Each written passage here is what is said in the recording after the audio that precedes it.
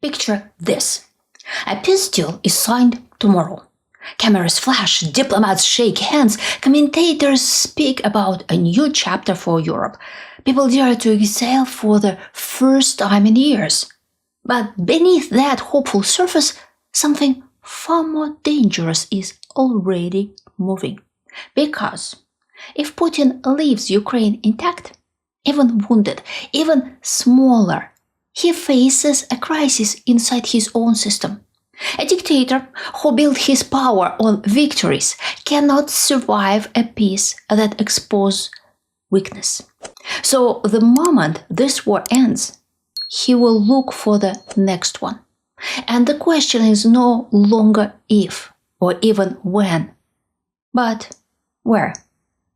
I'm Elvira Bary, a writer born in the Soviet Union, and tonight we'll examine why Putin's regime cannot exist without war and which countries lie in the path of his next search for strength. Here's our roadmap. Victory at any cost. Why peace threatens Putin more than war. Choosing his prey. The storytelling, loopholes and levers he needs before striking. Risky bet. The scenario where he tests NATO through the Baltics. Shelved Leverage. The playbook for destabilizing and reshaping Moldova. Turnaround. Why Central Asia may become the next proving ground. A smaller option. How hybrid warfare could deliver victories without tanks. Let's begin with the core of the problem, the part most Western commentators still misunderstand. For Putin, war is not a strategy, it's a survival mechanism. Every dictator builds his regime on one thing he must never lose, the illusion of strength. And in Putin's system, that illusion has been maintained for 2 decades, not through prosperity or innovation, but through spectacle. Crimea, Syria, little victories staged for television, each one sold as proof that Russia is rising and its leader is untouchable. Ukraine was supposed to be the biggest spectacle of all. Instead, it became the moment the mask slipped. And this is where our story truly begins. Victory at any cost. Putin's system is built on one simple rule: the leader must look strong at all times, not even to the people. They are kept quiet by television, police, and fear. He must look strong to his own elites. Governors, security chiefs, state bankers, and big businessmen. If they start thinking that the Tsar has failed, the whole pyramid begins to shake.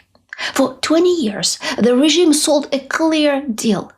You stay out of politics, and in return, we give you rising incomes, stability, and the feeling that Russia is great again. Foreign policy became the main stage for that feeling. Each war or operation, Georgia, Crimea, Syria, was presented as a victorious show that proved Putin's skill and Russia's greatness. Ukraine was supposed to be the biggest show of all, a quick march on Kiev, a new friendly government, parades and flags. Instead, it turned into a long meat grinder. Hundreds of thousands of Russian soldiers have been killed or wounded. Huge amounts of money are poured into the army and the defense industry. The war, it's the budget. And yet, there's still no clear victory to sell. From the perspective of a normal person, this is a reason to stop and rethink. What am I doing wrong? From the perspective of a personalist dictator, it creates a new threat. A regime that had used war as proof of competence for years cannot suddenly say, sorry, it didn't work. Let's talk about peace now. If Putin says anything like that, elites will start to doubt whether the boss can still protect them. So the logic flips. Peace becomes risky. War, or at least the performance of strength, looks safer. Research on personalist regimes shows the same pattern again and again. Such leaders start more conflicts, misjudge risks more often. They are more willing to sacrifice their own citizens, anything, to avoid looking weak in front of their inner circle. The goal is not to take over some specific city or resource. Oil, gas, and metals can be bought on the markets. Even at big prices, it's much cheaper than going to war. The goal is to prove that you are still strong. You can attack, hurt, and force others to back off. Like a school bully, a dictator needs a scene where he beats someone and gets away with it. If one victim fights back too hard, the bully scans the halls for someone smaller, more isolated, or unprepared, choosing his prey. At a glance, it looks like Putin has a lot of options, but there still are certain constraints. He needs a target that lets him do 3 things at once. Perform strength, tell a simple and relatable story, and avoid a clash so strong it could blow up the regime. Let's walk through how he'll be choosing his next target. First, he needs a story. Every operation must be wrapped in some moral cover. Protecting Russian speakers, fighting terrorists, saving traditional values, rescuing allies from a foreign plot. That is why the Kremlin invests so much in TV and telegram. The war is filmed before it is fought. Hybrid campaigns in Moldova, for example, always come with local pro-Russian channels shouting that the West wants to enslave or sell the country, while Moscow offers order and cheap gas. Second, any gray zones and loopholes to exploit. A full invasion of a NATO country is one thing. Hiring people to cut cables, burn warehouses, or run cyber attacks in NATO countries is another. Such moves do a lot of damage, yet technically they don't qualify as military aggression and don't expose Russia to NATO retaliation. Third, local levers. That could be a frozen conflict like Transnistria. It could be political parties on Moscow's payroll. It could be an army base, peacekeeping force, or a security treaty such as CSTO. Fourth, the price tag. Russia already spends huge sums on the war and security, around 7% of GDP and roughly 40% of the federal budget in 2025. It doesn't really have much more money to pour in, so any new operation would better be affordable. Risky bet, the Baltics. On paper, the Baltic states look like a tempting target. Tiny countries on Russia's border with Russian-speaking minorities. Part of the historical Russian Empire. If Putin could invade them and have NATO swallow it, not fight for Narva, it would be the biggest propaganda victory of his life. But here's the gap between his fantasy and reality. Estonia, Latvia, and Lithuania are not alone. They are NATO and EU members with allied troops on their soil, elaborate defense plans, and a clear legal guarantee. An attack on them is an attack on all of NATO. Since the full-scale invasion of Ukraine, the alliance has strengthened its eastern flank, moved more forces to Poland and the Baltics, and rehearsed scenarios where reinforcements cross the Suwalki Gap fast. That is why a classic tank invasion of the Baltics still looks like a low-probability scenario. Much more realistic is a long campaign of pressure and probing. Russian planes fly close to NATO airspace. Ships and civilian vessels circle undersea pipelines and cables. NATO countries keep catching suspicious activities around critical infrastructure in the Baltic Sea. This scenario is already at play. Since Sweden joined NATO, its officers say they detect Russian submarines in the Baltic almost weekly. Crews talk about hearing unknown agents on sonar in the middle of routine patrols. Then, having to decide in minutes how close to let them come to Swedish waters. It is not war, but it is not peace either. It is a constant test of nerves. For the Kremlin, the gains here are limited but useful. Raise insurance costs for their ports and pipelines. Show your own elites that NATO is scared of us. Look how they complain every time we fly near their borders. At the same time, you stay just below the line where the alliance would have to respond with force. The risks are still real. A drone can hit the wrong ship. A submarine can cause an accident. In a crisis, all these small games could suddenly add up to a direct confrontation no one wanted or prepared for. Shelved Leverage, Moldova. If the Baltics are the dangerous option, Moldova is the easy one. No NATO membership, almost no army, a pro-EU government that Moscow openly hates, and inside the country, several ready-made levers. Transnistria, a breakaway region that Russia has supported since the early 90s. A Russian peacekeeping force stationed in that region. Pro-Russian parties, local media and businessmen. Here, the Kremlin's goal is to change Moldova's course. Replace President Maya Sandu and her allies with a more convenient government. Derail EU accession. Prove that even after Ukraine, Moscow can still decide who rules in its old backyard. A bonus prize would be to formalize control over Transnistria. Russia is already running this play with a wide hybrid campaign. Funding parties that promise neutrality and cheap gas. Spreading disinformation.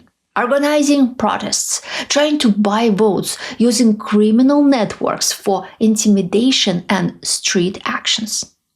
Over the past 2 years, Moldovan authorities detained dozens of people they say were trained abroad and sent back to provoke unrest before elections. There's also open disrespect for Moldovan sovereignty. In 2024, Russia opened multiple polling stations for its own presidential election in Transnistria, despite Chisinau's objections and previous agreements. Moldova responded by expelling a Russian diplomat. What does Putin get if he succeeds here? First, a psychological victory. Proof that the EU cannot protect its small neighbors from Russian interference, and that color revolutions can be reversed. Second, a military and intelligence foothold between Ukraine and Romania. Even without big bases, Transnistria already hosts Russian troops and ammunition depots. Any upgrade could threaten Ukraine's southwest and complicate NATO planning in the Black Sea region. But Moldova is not as helpless as it looks. The country has EU candidate status and growing Western support. Financial aid, energy help, and reforms are making it less dependent on Russian gas and trade. Even Transnistria's own economy relies on access to EU markets through Moldovan agreements. That limits how far local elites there want to go in a crisis. And Moldovan society has watched what Russian protection looks like in Ukraine. Support for the EU path is strong enough that Kremlin-backed candidates have lost all big elections. For the Kremlin, the risks are manageable, but not zero. An open move, such as sending more troops into Transnistria or staging violent unrest, could drag in Romania, a NATO member, and trigger a larger crisis that Moscow cannot control. A failed attempt to overthrow the government in Chisinau would also be a loud, visible defeat. Turn around, Central Asia. In Central Asia, Putin does not need new territories. He needs to prove that Russia is still the main boss in this part of its old empire. The perfect picture for his TV might look like this. There is unrest, local leaders wobble, then Russian troops or advisors arrive, restore order, and fly home. That was the script in Kazakhstan in January 2022. Under the CSTO brand, a new 1,000 troops flew in, helped the sitting president crush the protests, and left within days. On paper, it was collective security. On the Russian TV, it was a reminder.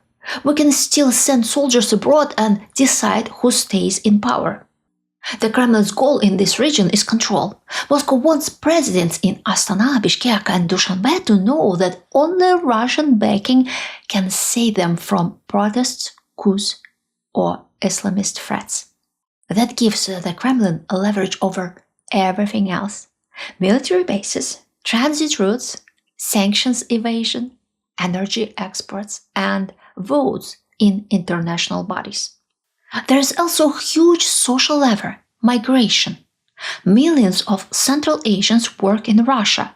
In recent years, close to half of Tajikistan's GDP and around a quarter of Kyrgyzstan's have come from money sent home by migrants, most of it from Russia.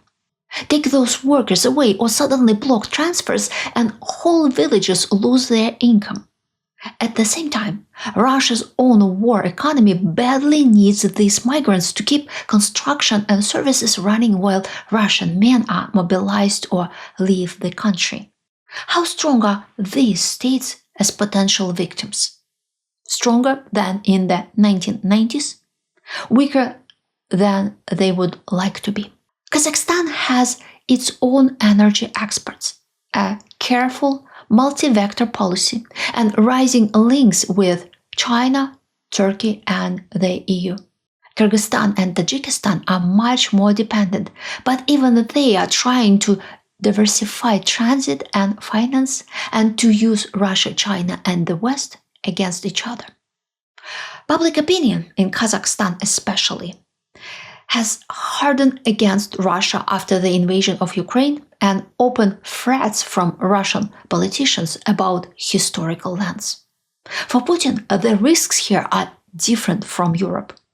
Every heavy-handed move will push Central Asian elites closer to Beijing and away from the Russian sphere of influence.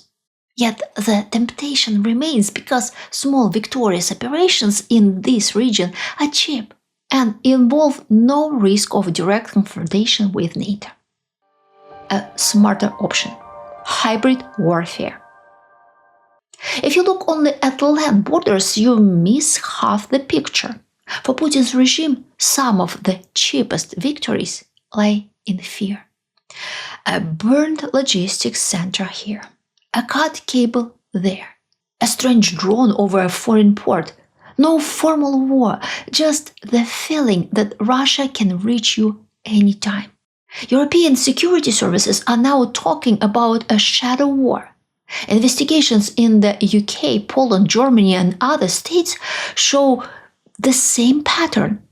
Small cells, often young men recruited online and paid in crypto, are sent to plant devices near rail lines, warehouses, and power infrastructure.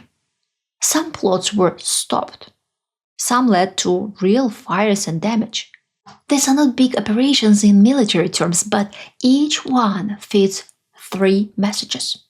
To the West, you are vulnerable. To Ukraine, your allies can be scared. And to Russian elites, our enemies are afraid to answer directly. But see, the same logic plays out.